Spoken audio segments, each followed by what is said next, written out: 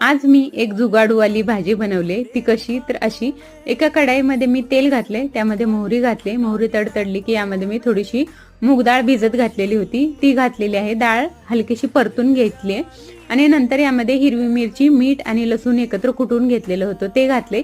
मिरचीला हलकसं परतून घ्यायचंय। नंतर यामध्ये मी एक शेपूची जुडी होती, ती चिरून ठेवलेली होती साफ करून, ती घातले आणि यामध्ये मी काल आपण शेवग्याच्या पानाच्या ज्या वड्या बनवल्या होत्या त्याच्यातली थोडीशी भाजी माझी शिल्लक राहिलेली होती, तीही घालून मिक्स करून घेतली।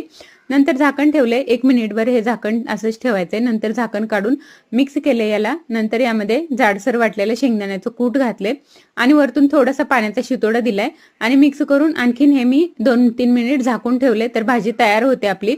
यासोबत मस्त गरमागरम मी नाचणीची भाकरी घेतली खाण्यासाठी, सोबत भाजलेला पापड आहे। तर तुम्ही अशी जुगाडू भाजी कधी बनवता का? आणि माझी भाजी आवडली असेल तर प्लीज चॅनलला सबस्क्राईब